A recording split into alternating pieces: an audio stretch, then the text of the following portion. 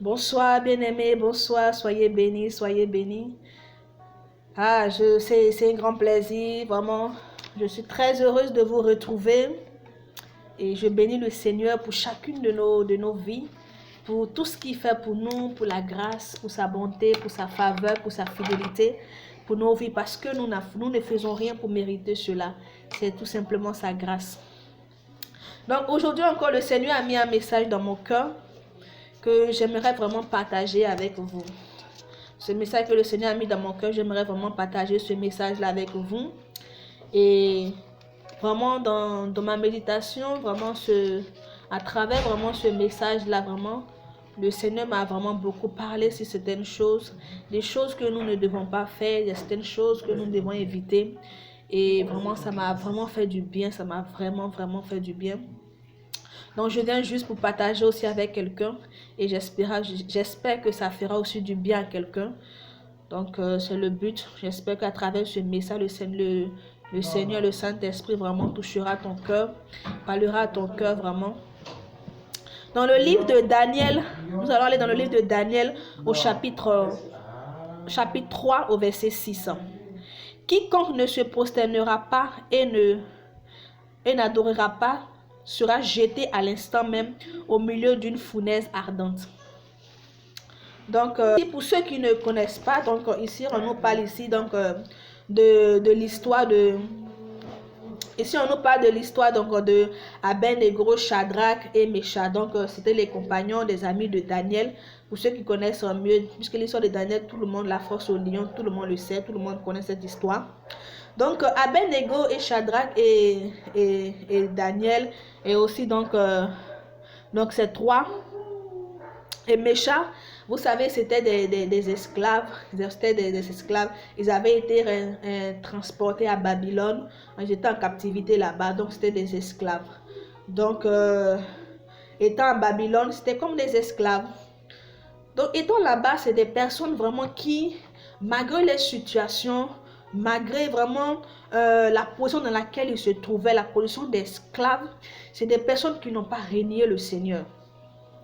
C'est des personnes qui sont restées fidèles à Dieu. Est-ce que vous comprenez un peu bien, aimé? Est-ce que tu comprends? C'est des personnes qui sont restées fidèles à Dieu. Quand je dis fidèles à Dieu, c'est de par leur fidélité qu'ils avaient vis-à-vis donc de l'Éternel, que Dieu vraiment leur a fait la grâce et ils ont trouvé donc ils ont eu la faveur donc du roi Nebuchadnezzar qui les a positionnés. Est-ce que vous comprenez un peu? Pour des esclaves, pour des étrangers dans un pays, c'est pas évident. S'il n'y a pas la faveur de Dieu sur ta vie, si c'est pas la grâce de Dieu, c'est vraiment pas évident. Parce que vous savez, avant, quand on parle des esclaves, c'est un mot qui est fort, c'est quelque chose qui est fort.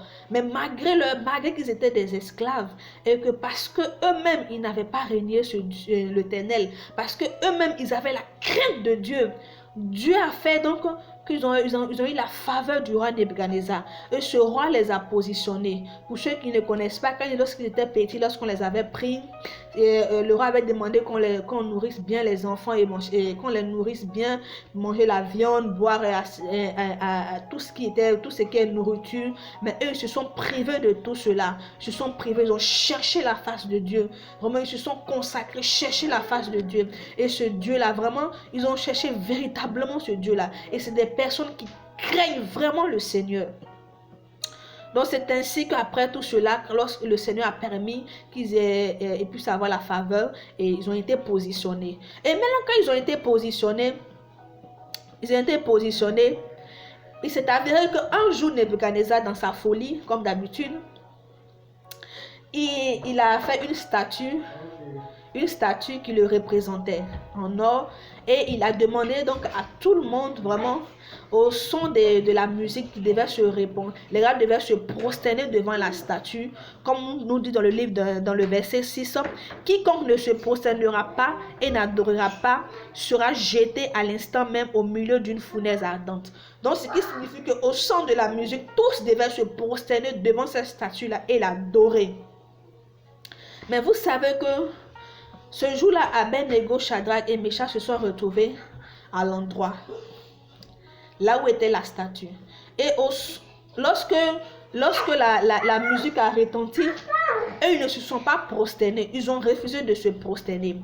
Et comme ils ont refusé de se prosterner, puisque étant des esclaves, ayant la faveur du roi, il y avait des Babylonais vraiment qui étaient jaloux. Il y avait des Babylonais vraiment qui les en voulaient. Est-ce que vous comprenez un peu? Parce que des étrangers, vraiment des esclaves qui occupaient un tel poste.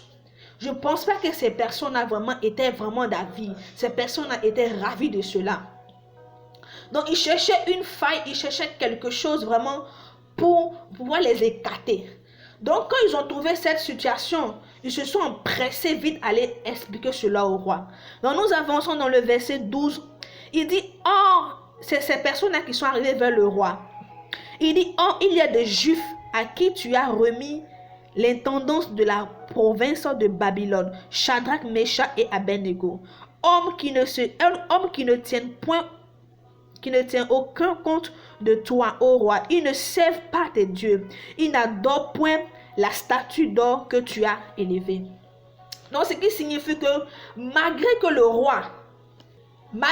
roi avait positionné Daniel, Shadrach, Abednego,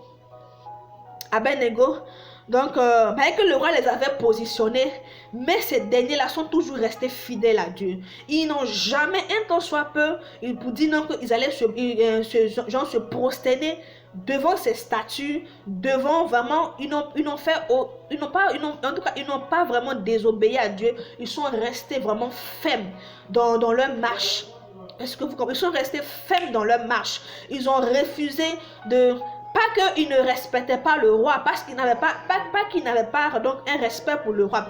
Bien qu'ils respectaient le roi, ils respectaient ce roi-là. Vraiment, ils lui accordaient tout le respect qu'il fallait. Mais ça ne les a pas empêchés vraiment de refuser vraiment de se prosterner, de refuser vraiment d'adorer vraiment les dieux de ce roi. Parce qu'ils savaient que ce que le roi demandait, ça allait à l'encontre de ce que leur Dieu leur demandait. Est-ce que vous comprenez un peu? Ça allait à l'encontre de ce que l'Éternel leur demandait. Et connaissant vraiment les commandements que le Seigneur leur avait laissés, ils savaient qu'ils ne devaient pas s'adorer devant une quelconque statue.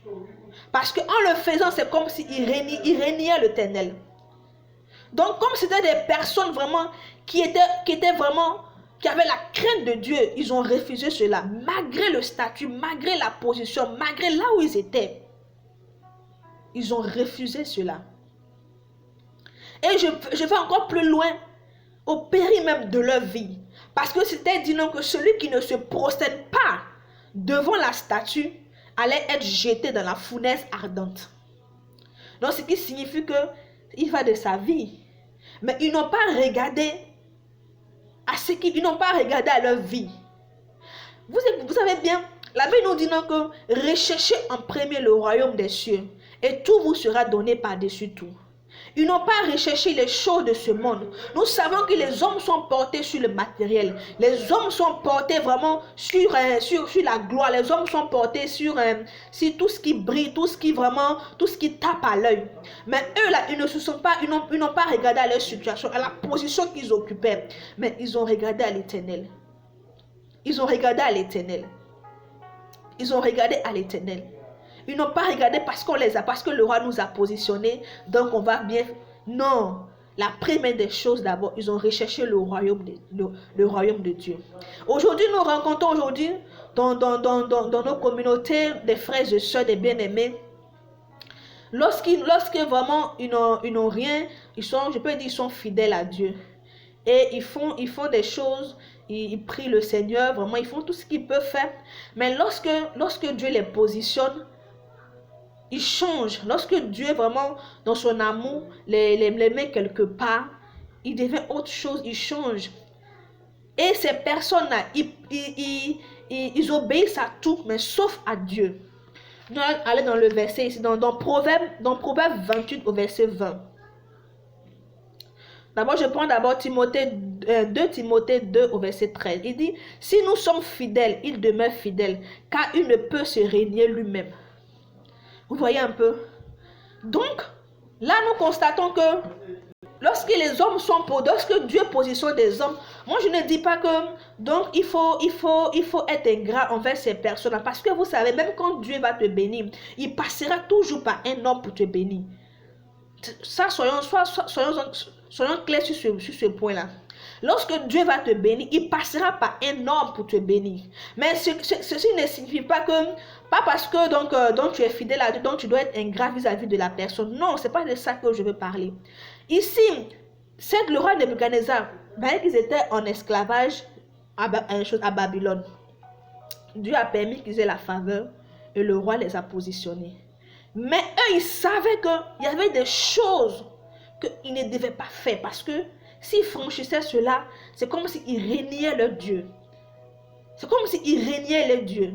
Donc, à cause de ces principes-là, il y a des choses qui vraiment ils ne faisaient pas. Mais aujourd'hui, lorsque les gens sont positionnés, lorsque les hommes sont tout, d'abord même, ils abandonnent Dieu d'abord et ils font ils font tout ce qu'ils veulent. Ils obéissent à tout, sauf à Dieu. Ils obéissent à tout, sauf à Dieu. C'est-à-dire qu'ils travaillent dans une société, ou soit peut-être il a eu une promotion, c'est quelque chose qu'il attendait depuis longtemps, et depuis des années, et quand il a eu la promotion, donc il veut pas redescendre vraiment. Donc tout ce qu'on lui demande de faire, même quand ça va à l'encontre de ce que demande, de ce que son Dieu lui demande, de ce qu'il a peur de perdre ce travail, de ce qu'il a peur de perdre cette position, de ce qu'il a peur de perdre vraiment ce qu'il a présentement, il se plie et il fait. Et il le fait parce que il se dit quoi, si je ne le fais pas, je vais le perdre. Mais vous savez, nous ne devons pas excuser les choses qui vont nous détruire. Tu peux pas donner une excuse à quelque chose qui va te détruire.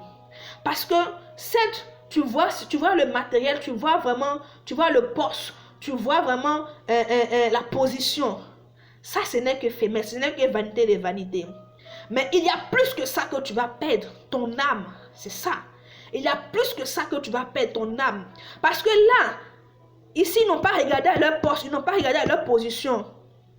Parce qu'ils nous disent que, que sont les rapporteurs, ils ont dit que, les Juifs, que tu as remis l'intendance de la province de Babylone.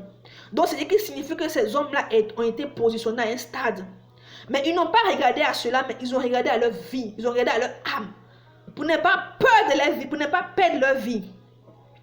Parce qu'aujourd'hui, tu regardes, nous sommes là, nous regardons à ce que nous allons perdre. Peut-être que je vais perdre le travail, peut-être que je vais perdre la position, la promotion, que je vais perdre ça. Donc, si mon patron me dit, ma patronne me dit de faire ça, donc il faut que je dois le faire parce qu'il ne faut pas que je vais perdre, parce que vraiment j'ai bataillé, j'ai lutté pour avoir cela.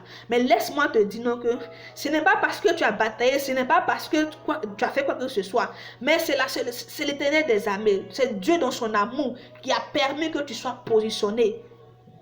Il faut que tu retiennes ceci. C'est Dieu dans son amour qui a permis qu'on te positionne, qu'on te met là où tu es. Sinon, comme toi, il y a d'autres personnes qui ont plus de qualité que toi. Il y a d'autres personnes qui ont plus de potentiel que toi. Mais si toi, tu es là où tu es présentement, dis-toi que c'est la grâce de Dieu. Dis-toi que vraiment, c'est Dieu qui a permis que je sois là où je suis. Donc, tu ne peux pas te permettre vraiment de faire des choses qui vont attrister le Seigneur, mais qui vont plaire aux hommes. Et dans nos jours, nous constatons que nous faisons tout, sauf ce qui est bon devant l'Éternel. Nous faisons tout, sauf ce qui est agréable aux yeux de Dieu. Mais Abed-Nego et Shadrach ont été des hommes fidèles. Là, je vais attirer un point. Ont été des hommes fidèles. Ils ont été fidèles. Et ils avaient la crainte de Dieu. Et cette crainte-là qui les a mis dans cette fidélité qu'ils avaient pour Dieu. Parce que quand tu crains quelqu'un, il y a des choses que même quand tu veux faire, tu te maintiens en fait de le faire. Parce que tu te dis quoi, si je le fais, c'est comme si j'attristais, c'est comme si vraiment je trahissais quelqu'un. Mais aujourd'hui, nous, ce n'est plus le cas. Aujourd'hui, dans nos communautés, aujourd'hui, on ne trouve plus des Abed-Nego, on ne trouve plus des Shadrach, on ne trouve plus des Daniel, on ne trouve plus des méchants, on ne trouve plus parce que les hommes sont focalisés sur la gloire. Les hommes aiment la gloire, les hommes aiment tout ce qui brille. Mais tu ne peux pas excuser ce qui va te détruire. Ce qui va te détruire. Parce que tu vois présentement le poste, tu vois présentement la gloire qui est au devant de toi. que tu vas perdre. Mais il y a plus que ça.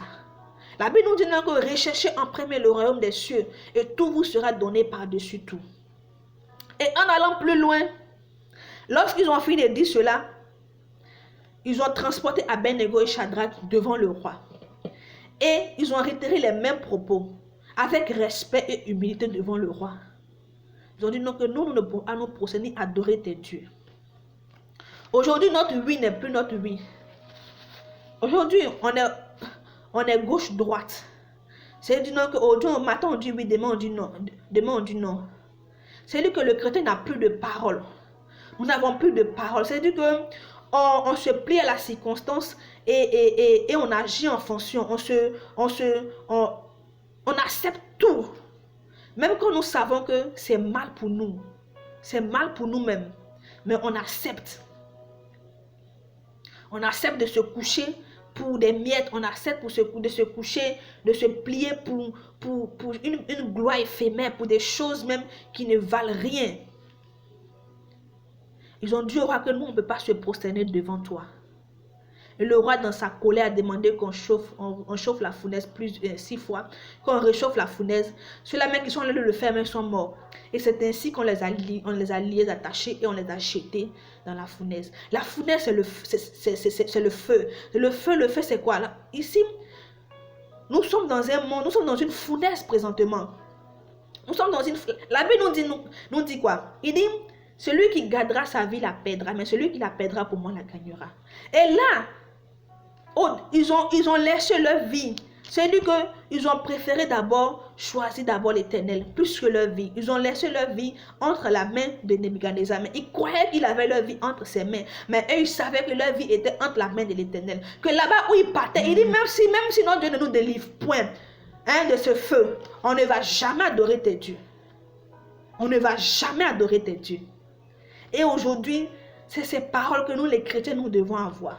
C'est ce que nous devons avoir dans nos bouches. C'est ce que nous devons vivre. Nous devons vivre cela. On ne doit pas seulement se contenter seulement que de lire les passages, de lire les histoires dans la Bible. Mais nous devons vraiment lire. Mais ces personnes-là, c'est des hommes comme nous. Mais c'est des hommes qu'on essaie de faire des sacrifices pour l'Éternel, pour Dieu. Ils ont mis leur vie à part. Pas parce qu'ils n'aiment pas les choses de ce monde, mais ils ont préféré vraiment se garder de tout cela. Pourquoi? Parce que pour ne pas perdre leur âme, pour ne pas perdre leur vie.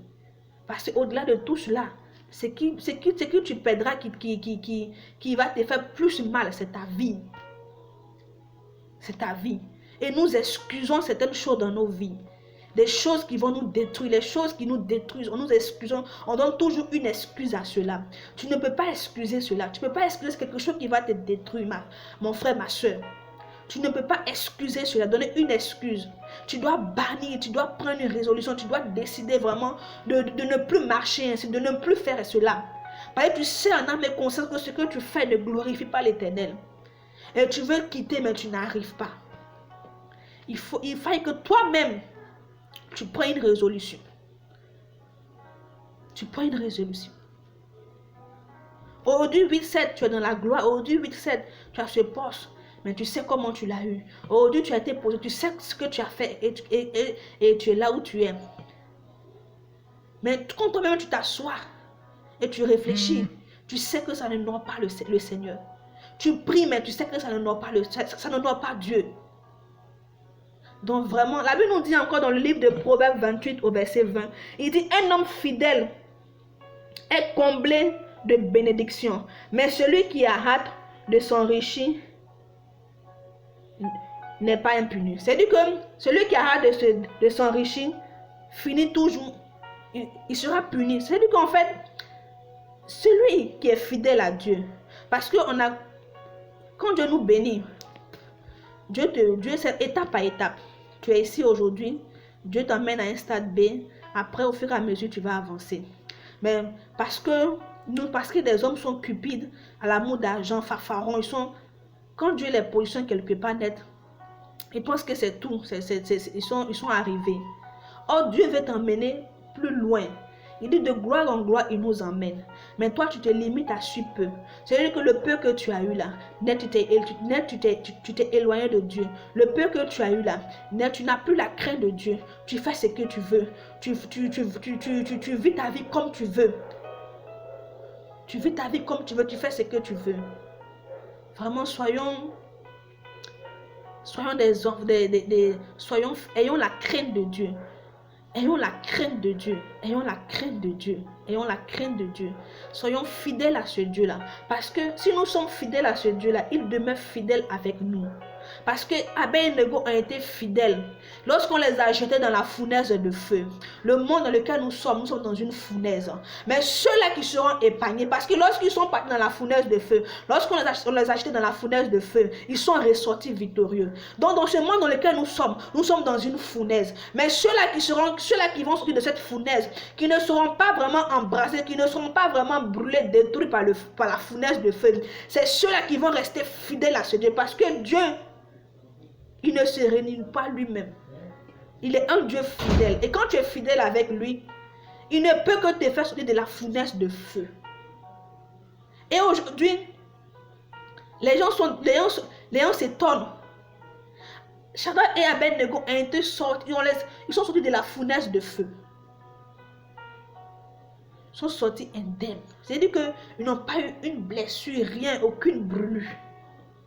Le roi même était troublé. En les voyant dans le feu, il a vu une quatrième personne.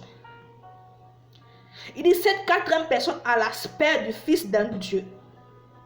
C'est pour dire que Dieu est avec eux. Dieu est avec eux. Dieu était avec eux. Parce qu'ils sont fidèles. Parce qu'eux-mêmes, ils sont restés fidèles. Parce qu'eux-mêmes, ils créent ce Dieu-là. Mais aujourd'hui, nous les chrétiens, on n'a plus de valeur, on n'a plus on n'est plus, c'est-à-dire que le chrétien n'est plus considéré. Pourquoi est-ce que le chrétien n'est plus considéré? Parce que nous-mêmes les chrétiens, nous ne considérons pas le Dieu que nous prions. Le chrétien n'a plus de parole parce que le chrétien lui-même là, il n'a aucune parole. Aujourd'hui il dit rouge, demain il dit vert. Quand ça chauffe, il devient vert en même temps. Il est ni chaud ni froid. Et même quand les chrétiens passent comme ça, là, on dit, ah, c'est les chrétiens, oh, c'est ceux-là encore. Mais ici, le comportement, l'attitude d'Abed-Nego, Shadrach et Meshach a emmené même les gens aux alentours, parce que eux-mêmes, ils avaient la crainte de ce Dieu-là, parce que eux-mêmes, ils avaient un respect pour ce Dieu-là, parce que eux-mêmes, ils étaient fidèles à ce Dieu-là. Ceux qui étaient aux alentours, là, les gens avaient peur. De parler obéissance, de parler vraiment fidélité, de parler crainte. Les gens autour avaient peur de ce Dieu-là.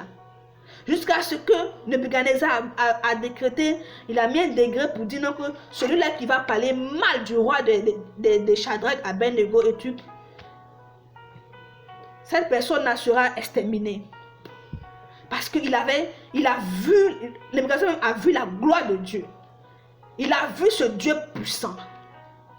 Mais si Abed-Nego et Shadrach n'étaient pas restés fermes là, est-ce qu'il allait voir ça pour dire non qu'il va mettre un degré?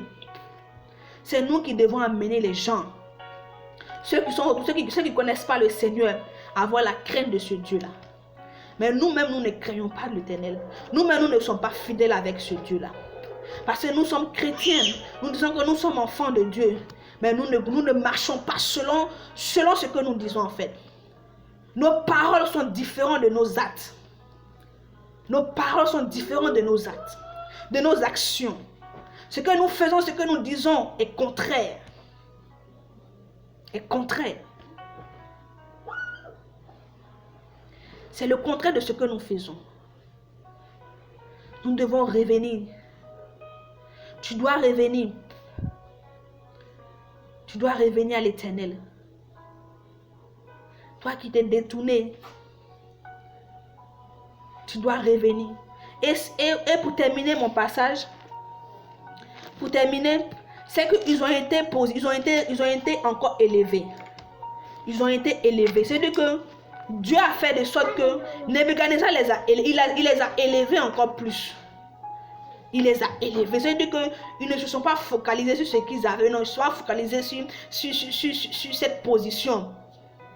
Mais ils ont cherché d'abord, premièrement, le royaume. Ils ont recherché premièrement le Seigneur.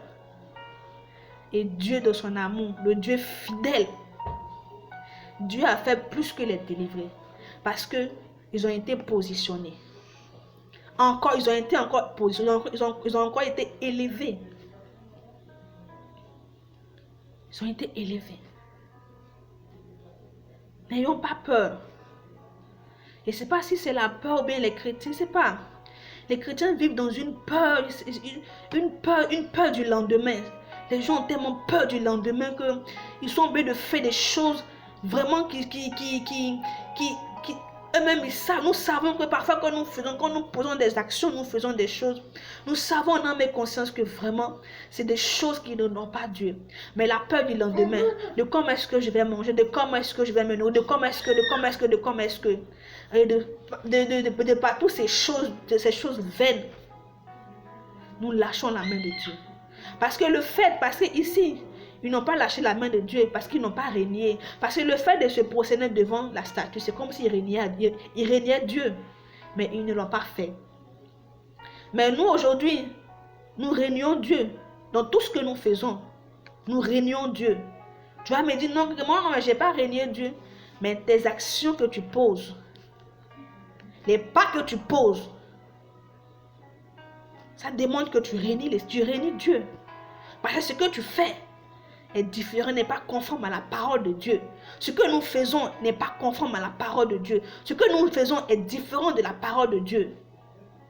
Ce que nous faisons nous éloigne encore plus de Dieu. Nous éloigne de Dieu. Donc le Seigneur a mis ce message dans mon cœur vraiment pour venir parler, pour parler à un peu, pour parler à quelqu'un. Parler à une personne. Nous devons être fidèles. Dans 2 Timothée 2, verset 13. Si nous sommes fidèles, il demeure fidèle, car il ne peut se régner lui-même. Nous devons être fidèles. Nous chantons la fidélité de Dieu, mais est-ce que nous-mêmes nous sommes fidèles? Dieu nous demande d'être fidèles. Dieu nous demande d'être fidèles. Nous devons avoir la crainte de Dieu et d'être fidèles à ce Dieu-là. D'être fidèles à ce Dieu-là. D'être fidèle à ce Dieu-là. Là où tu es, ce n'est pas là que le Seigneur veut ce n'est pas là que le Seigneur veut que tu restes. Le Seigneur veut t'emmener encore plus. Mais pourquoi tu te limites à si peu? Tu te limites. Nous mettons des limitations dans nos vies. Nous empêchons vraiment le Seigneur d'accomplir l'œuvre qu'il a commencé en nous. Ce qu'il a commencé dans nos vies. Parce que lorsque nous avons un peu seulement net là, nous l'oublions. Nous n'avons plus aucune crainte pour lui. Et on se plaint de ce que notre vie n'avance pas. On se plaint de ce que nous avons comme l'impression que nous partons, nous reculons en arrière, nous allons en arrière. Nous partons en arrière, nous reculons, nous n'avançons pas, nous scannons, nous sommes sur le même stade il y a des années. Mais parce que dans nos actions, parce que un jour dans ce que tu as fait, dans les pas que tu as posés, tu as eu à régner Dieu. Tu as eu à régner Dieu. En faisant les choses pour plaire aux hommes, en faisant les choses, et les choses que tu as posées, ces actions que tu as posées, tu as régné Dieu. Tu as régné Dieu. Nous devons vraiment que notre oui soit notre oui, que notre non soit notre non. Et non être comme ça. Donc c'était mon message vraiment. Soyons fidèles à Dieu. Quand nous sommes là, nous crions au Seigneur, tu es fidèle, tu es fidèle. Mais nous-mêmes, nous devons être fidèles aussi à Dieu. Dieu n'attend rien de nous, notre fidélité. Parce que nous sommes fidèles à lui. Et tout ce que Dieu attend de nous. Les enfants qui le craignent, les enfants qui sont fidèles à lui, les enfants qui ne tombent pas si la première gloire venue, qui le réunit pour quelque chose. Lorsqu'ils voient quelque chose, une gloire, une bénédiction naître là, ils sont prêts à le renier pour ça. C'est pas ce que Dieu veut pour nous. Parce que c'est ce que nous voyons. Mais au-delà de cela, nous perdons notre âme. C'est ça. Au-delà de cela, nous perdons notre vie. Puisque c'est notre vie qui est en jeu. C'est notre vie qui est en jeu. Le diable, en te mettant, en te faisant miroiter toutes ces choses, ce n'est pas pour que tu sois riche, mais c'est ton âme qui guette. C'est ton âme qui cherche. Parce qu'il sait que si tu as faibli, si tu as accepté, c'est ton âme qui va récupérer. Et Abednego savait. Il savait que là, il s'agissait de leur vie. N'excusons pas les choses qui vont nous détruire, les choses qui vont nous amener à notre perte. Ne donnons pas une excuse à ces choses-là. Nous devons reconnaître et chercher à nous en défaire. Nous devons reconnaître et chercher vraiment à comment faire en sortir. Demander au Seigneur de nous aider. De nous aider. Donc c'était juste mon message. Que le Seigneur vraiment nous bénisse. Que le Seigneur vous garde. Et que Dieu vous éclaire dans sa parole. Pour ceux qui veulent aller méditer, c'est Daniel au chapitre 13. Tu peux méditer tout le chapitre. Daniel au chapitre 3. Donc tu peux méditer tout le passage. Que le Seigneur nous éclaire dans sa parole. Qu'il nous éclaire dans sa parole.